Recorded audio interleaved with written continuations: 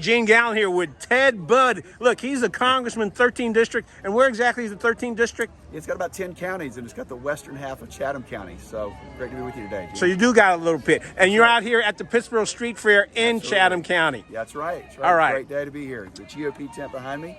So, Yes, it is. Yeah, and the crowd is there, so we've got a lot of folks turning out. It is going to be a good crowd. Cliche. Let's start off with the cliche question. Why are you running? I'm really concerned about the direction of our country, and I know that I'm the Trump-endorsed conservative candidate who can also win the primary and the general. Look, I'm concerned about the border. I'm concerned about the spending. I'm concerned about dividing rather than uniting us. And I want to be the candidate, and I am the candidate that can win not only the primary but also the general. All right, let me ask you this question. You're a gun shop owner, or were a gun shop owner? I still do. I bought it for a local police department about 11 years ago, and they encouraged me to open it to the public. And we did so, and it's been a good success. So I can assume you're a strong advocate of the Second Amendment. Not only in Washington, but also in my business. All right. I also read somewhere that you used to work on your family farm. I still live on that family farm. I don't call myself a farmer. My neighbors work too hard for me to call myself a farmer, but I live in rural Davie County and on that same family farm where I grew up. All right. It was a Holly Farms hatching egg chicken house. Had several chicken houses early on. And it still is a Black Angus cattle farm today. Gotcha. And I think I read somewhere that you said you ended up having to shovel manure on your family farm. Is that right? I still do. Mostly horse manure when we're cleaning out the horse barn, but still do today. All right. And you said that was a dirty job, but being in Congress is a dirty job. Is that right? They're both dirty, but in different ways. All right. Well, if Congress is a dirty job, why are you looking to move from Congress to becoming a U.S. Senator? Gene, I go back to what I said. I'm really concerned about the direction of our country. We've got to keep this Republican. We've got to have a strong conservative fighter. I'm in the Freedom Caucus. And look, we are out there representing the forgotten men and women of America who feel that the cultural elites have forgotten the hardworking men and women of America. And so I want to represent them. What are the top three issues you see that concerns North Carolinians relative to if you get to become a U.S. Senator? Yeah, I had a conversation with a sheriff the other day. He said we got 3,200 counties in this country, roughly, and he says every county is now a border county because of the lax policies. So, I mean, border is a whole set of issues. It's not only immigration, it's also drugs and fentanyl. So I'm really concerned about that whole set of issues. We're a generous country. We let 1 million people in every single year. We need to continue doing that, bring in the best and the brightest to our country. We want them here. We're grateful for them. We're worried about the rampant spending that we're doing, the next generation's money that they don't even have, and the taxes that they're going to face. And it's going to destroy what's made this country great. And I'm also worried about things like the social. Look, I looked up in the dome of the Capitol the other day, and there was our national motto, E pluribus unum, out of many one.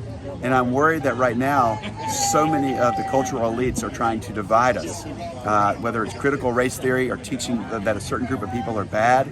We can't do that. Those are not the things that made our country great. So we got to get back to pulling us together.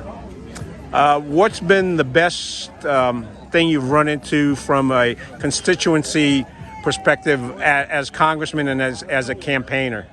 I would say first of all, I got a wonderful 10 counties and parts of 10 counties that I get to represent right now. But getting outside of that, the other 90 counties in this state, I've seen so much agriculture. I've seen so many small business owners that have fought through COVID and restrictions and lockdowns and the challenges, and yet have overcome. And that's the American spirit, and it's just really been an encouragement to me. All right, let me ask you a specific Pittsboro question. Pittsboro mayor passed a mandatory mask mandate. What's your take on mandatory mask mandates? Look, I am for people protecting their own health, those that are physically vulnerable, and I've supported Operation Warp Speed with the vaccines. So I'm for the presence of the vaccines, but I really believe that people need to talk more with their doctors and hear a lot less from politicians, whether it's at the Capitol or whether it's a mayor. I think people need to make their own choices and take good care of their own health and their neighbor's health.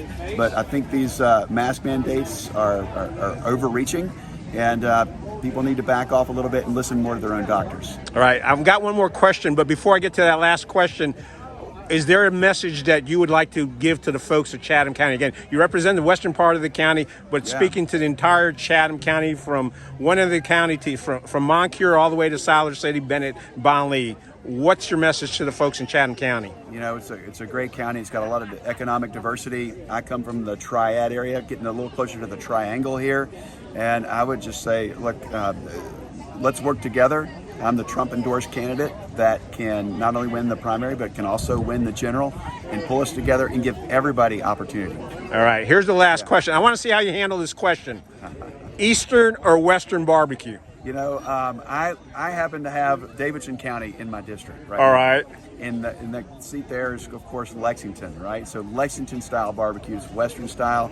But I'm going to tell you, as long as somebody knows what they're doing and they're not trying to like grill hot dogs and call it barbecuing, right? I love Eastern. I love Western-style barbecue, tomato, vinegar. I like it all as long as people know what they're doing when they're cooking it. Mr. Budd, thank you very much. All right. God bless you.